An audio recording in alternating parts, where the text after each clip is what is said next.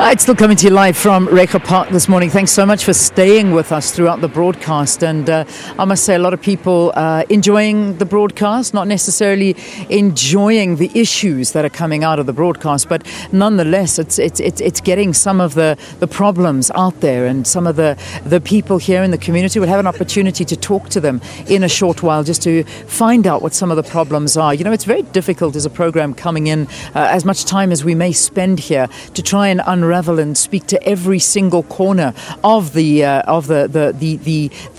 community is very difficult. It really is. So we're seeing people coming down, and they wanting to talk to us. So we're hopefully going to have a chance. Now, I was joined by Aida Ruiners, who's still with us here. Now, Aida, this house behind us belongs to her. It's a family home. In fact, since the late 1800s, these are the houses were built, and her parents, her grandparents first occupied the house, and she's actually still living in it. So, Aida, as a child growing up here in Reiger Park, what was it like for you? We had to just stick to it, because there was never electricity in this palace. And I grew up without electricity. I'm old now without electricity. Yeah. So it's a struggle, but we got through it. Yeah. And now that you people are now busy assisting us, our grandchildren will actually have the opportunity of getting electricity. When you say that, have there been promises? Have they spoken to you? Are they going to be installing it? Promises. Since how long do we get these empty promises? I do get electricity statements every month. Last month I got one. I owe 33,000 for something we never had. So you owe 33,000 rand for electricity you've never had since your great-grandparents were living here? Yeah. Yeah. Which doesn't make sense. It doesn't make any sense whatsoever. You talking about electricity, and it seems like that is one of the major service delivery problems. What else? Do you have running water? Do you?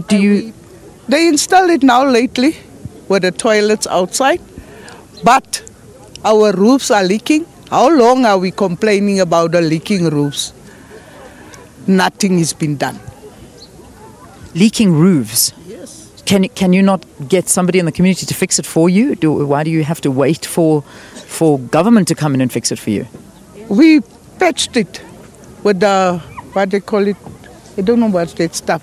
We patch it, but it still falls off because those roofs are rusted. Okay. Are you saying that it's the workmanship that is bad? Is it is that the problem? Because I mean, maintenance, I imagine, is up to you. It's up to the rest of everyone to try and keep the community up to a certain standard, keep the houses in a good shape. We don't have even papers for these houses. What we have here is only addresses in these houses that are unrepairable because the floor is falling apart. The walls are falling apart. The roofs are falling apart. The question I need to ask you is, here we sit 22 years into democracy. Yes. Since 1994. What has changed here? Nothing. Nothing has ever changed here. It's still the same. So you feel that this is one of those communities that's been forgotten, that it's just a community that is surviving, and that's all it's doing. It's not moving forward.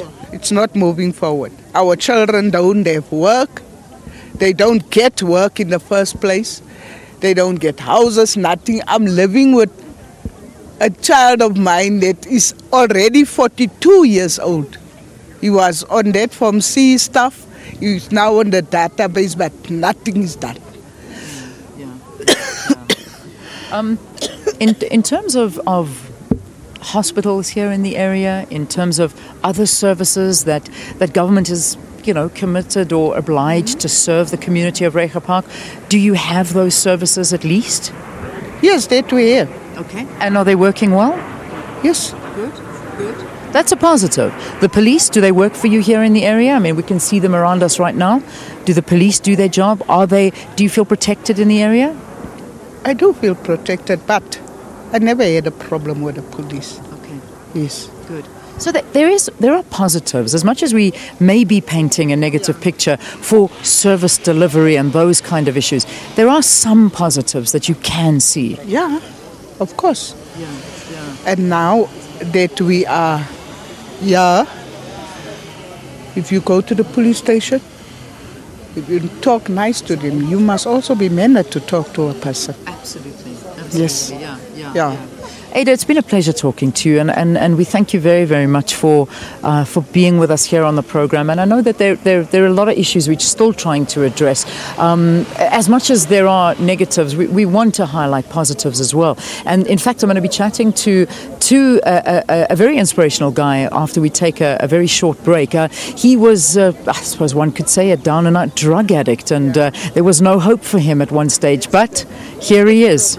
It's a problem. It is a problem. But now we're going to chat to him. He's managed to turn his life around, and he's doing great things. So stay tuned to hear his story. Thank you, Aida. Thank you.